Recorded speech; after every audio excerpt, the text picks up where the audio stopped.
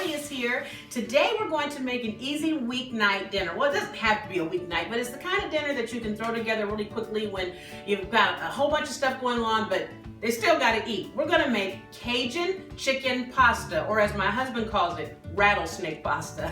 All right, let's get ready to cook. Now, what's so cool about this Cajun chicken pasta is it has very few ingredients in it. Why don't you come take a look at what we've got out here and you'll see what I mean.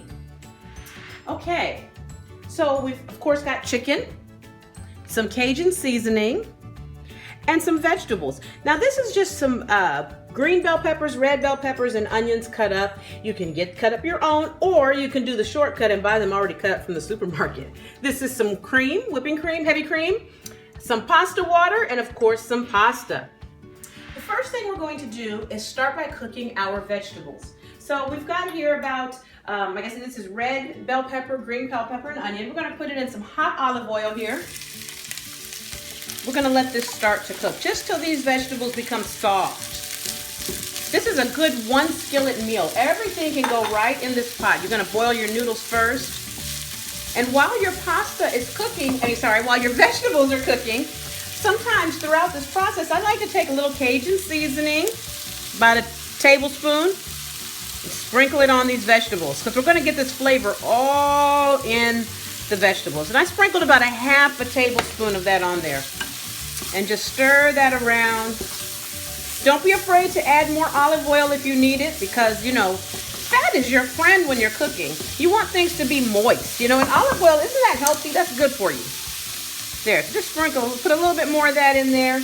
Now, while this is cooking up, we're going to take our chicken and we're going to put our Cajun seasoning in our chicken. It's very important to season your meat whenever you're making these kinds of things, because if you just have seasoning in the sauce, the meat won't have any flavor in it when you go to eat it, and you'll notice that. You know, the spatula is not working. I'm going to use a spoon. So you want to be sure that you season your meat, and that's what I'm doing here. I put about a couple tablespoons in there. The recipe's down at the bottom. And do this to taste. If your family likes spicy food, feel free to put more in there. If they don't like spicy food, put less in there. You know, it's really up to how you want to do it. You make these recipes your own. All right, now that's looking good. And our vegetables are softening up. I think this dinner takes a half hour from start to finish. It's really quick and easy. See how those vegetables look? Oh yes, this is coming together nice. And it smells good. We're gonna take a little bit of salt and sprinkle that in there too. Just a pinch, a pinch, a pinch, a pinch.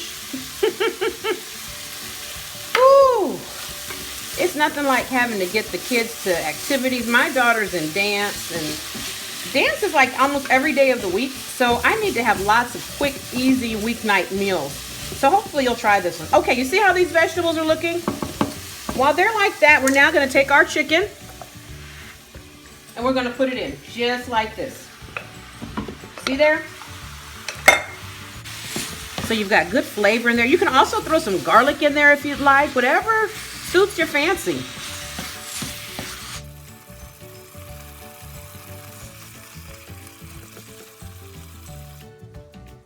Okay, now our chicken has finished cooking up. You want to get your chicken to about 80–90% done, because when you pour the cream in, you're going to bring it to a boil and the chicken will continue cooking then. But you don't want to start with it raw. Try not to get it all the way done, about 80–90%. Come on over, take a look at what's in the skillet now. See, there's just a little bit of juice in there from the olive oil. Oh, that looks good. And that brown stuff there is your Cajun seasoning that's been mixed in with the oil. We're going to start with 2 cups of cream, and you're just going to pour this cream in here. Slowly, just like that. Oh, it's perfect.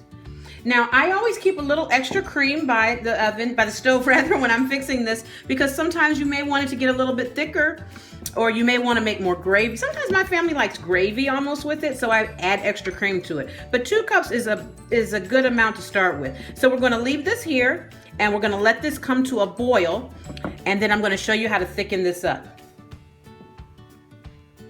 Okay, now our chicken is boiling nicely inside of our cream. Come take a look. This is how you want it to start boiling. You see how this is you want a rapid boil on there because we're going to add flour to this to thicken it up. Now I use Wondra flour gravy. I have a measuring cup here and I just put some flour gravy in it. It's not a ton because you want to sprinkle it slowly.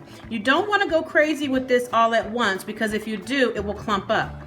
Additionally, you want to have your skillet, your liquids boiling when you add it. So there's probably a 1/4 cup in there. You see how I sprinkle that in? And then I'm just gonna stir this in there while it's boiling, and this will thicken this sauce up. And again, this is one of those things where you go as thick as you like it. Give it time to thicken up, but as thick as you want it. Like I said, we like gravies around here. We turn every sauce into a gravy. So I continue adding until it's as thick as I want it. So I added that in. I'm gonna let that sit there for a little bit. I'm gonna put a little more in. Boiling is important. If it's not boiling, the stuff will clump up on you. And you really want to use the flour gravy because it's finer than regular flour. Now, if you don't have any flour gravy, that's okay. You can still use regular flour, but you want to dissolve it in something, like take a little cream and dissolve it first. Okay, so everything has thickened up. Come take a look. You know, I'm gonna have you laughing. I think I kept saying gravy flour, and while it was cooking, my husband says it's flour gravy. Then I look back at the package, and it's actually just quick mixing flour. So if I say flour gravy or gravy flour, this is what I'm talking about. So gold medal people, if you're watching, call me. I would love your sponsorship. But anyway, the point is, use this when you're thickening up your sauces because this is good. It's very fine. Okay, see that? In total, I've put about a 1/2 cup of this in there. I sprinkled it over time. Now you taste this sauce to see, is it like you like it? You guys know this is my favorite part, is the tasting. Okay. Now I hope I don't burn my tongue. Oh, that's good. It's not too spicy. Now, if it's not too spicy and you want it to be spicier, add another tablespoon of your Cajun seasoning. This is actually good for me. I like it like this. It has a little kick to it, but not too much. The kids like it. Husband will like it, everybody will be happy. So let's serve this up. Get a plate. I have some penne pasta here, or whatever your kids will like, or your family, or whatever you like. I gotta stop saying kids so much. Everybody doesn't have kids. But anyway, put the pasta right there. Get your handy serving spoon. See that? I've turned the heat off. And you're just gonna put that just like that. Now, if you're thinking to yourself, oh my goodness, that is so much sauce for that pasta. Yes, it's supposed to be. It's supposed to be. That's how you want it. That's how you know it's good. You can't be afraid of things like sauce and butter and bacon grease. You know, those are all your friends. Look at that. Beautiful. Beautiful. And that's dinner, which all you got to do is serve that up, get a nice Caesar salad or something, and you'll get a salad in there as well. There's vegetables in there with the peppers.